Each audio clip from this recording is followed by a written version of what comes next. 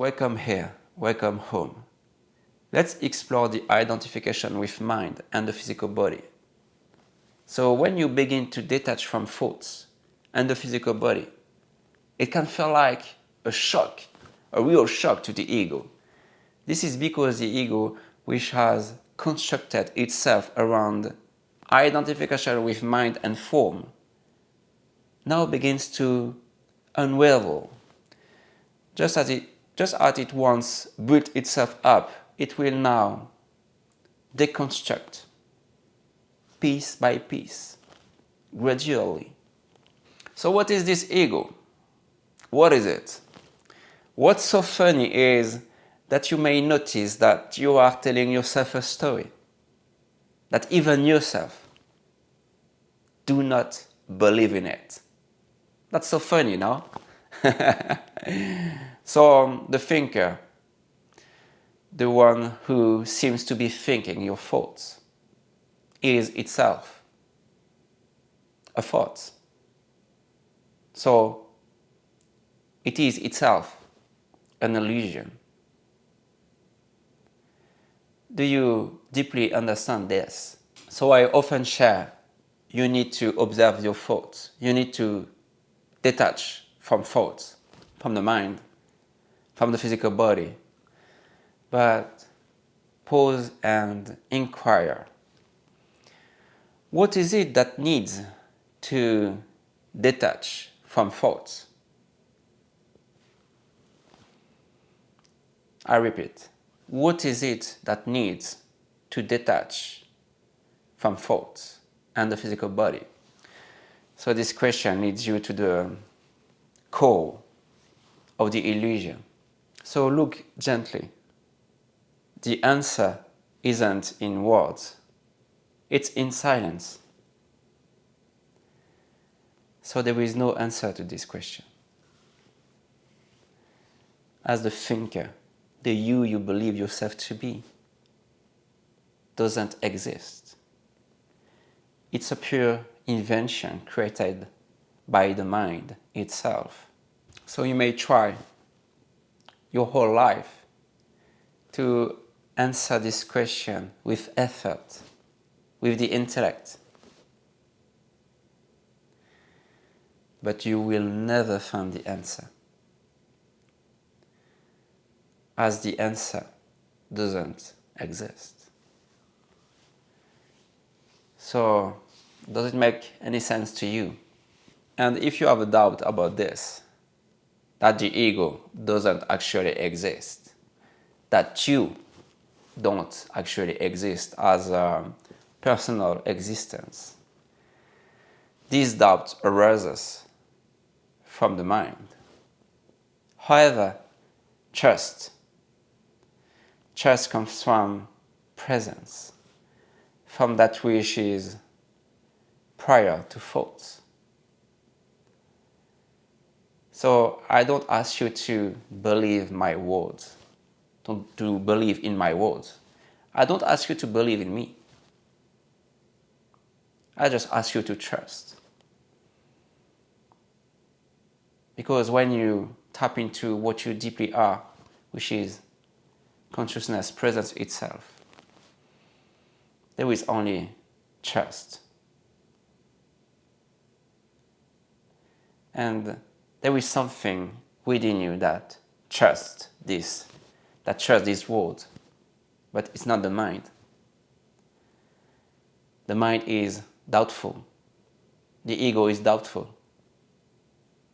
Because the ego, when I pointing towards this presence, towards this, feels somehow scared. So the ego is afraid, not of death, but into disappearing into the unknown, where it can no longer exist. So it will try to resist to this question. It will try to resist to the present moment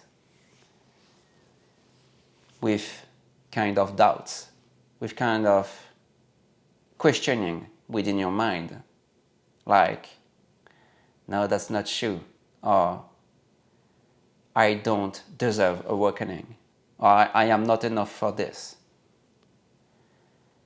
or what Tony says is completely false. It's not accessible to me. All of these questions, all of these doubts arise from the mind itself, from the ego, to avoid its own dissolution. So do not believe it. Do not believe what the mind tells you. Do not believe this inner voice. It's not even you. It comes from the mind itself. And when you take a step backward, you can observe it from the stillness, from the calm, from a point that doesn't move, from the real you, which has no name, no color, no gender, no form. And from that stillness, from the silence itself, every fear, every doubt, every question, even the ego and the mind, fade away. There is no room there for them. So all doubt, all question come from the ego itself, from the mind itself. And now that you have realized that this ego is a pure invention created by the mind, is there truly an answer to this following question? What is it that needs to detach from the mind, from the thoughts, from the physical body?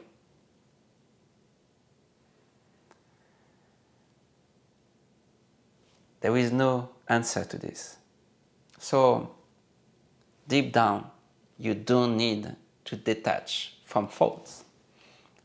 Again, initially on the path towards awakening, initially it's crucial to detach yourself from thoughts, to understand that, okay, I am not these thoughts. I am not my mind. I am not my physical body. Okay. But at some point, you need to realize that no one needs to detach from thoughts. That the one you think that exists doesn't actually exist. So thoughts emerge for no one. Thoughts arise for nothing. They simply arise in your field of consciousness. Does it resonate with you? When you somehow deconstruct the you think you are, the ego begins to dissolve. You notice, you see that it has always been just a fragile house of cards, appearing solid, yet ready to collapse at the slightest touch of truth. However, there is something deep down, underlying all the movement, that has always been here, watching, observing, witnessing, all of this questioning, all of this kind of coming and going. So something has always been here. When you somehow remove the veil of the mind, what remains is you, the real you. And this you has never been identified with anything. This you is the total freedom. This you has been watching you, watching the you think you are from the beginning. This you has always been here, watching you. It was there when you used to look at yourself in the mirror at 5 years old, at 10 years old, at 15, at 20, and even now. It was there covered up by the mind. We call this Maya, the veil of the mind. So it's time to uncover this veil and to see what is here, what has always been here. Watching, observing, witnessing, without fear, without doubt, without expecting something, without desiring something. It simply is. Much love.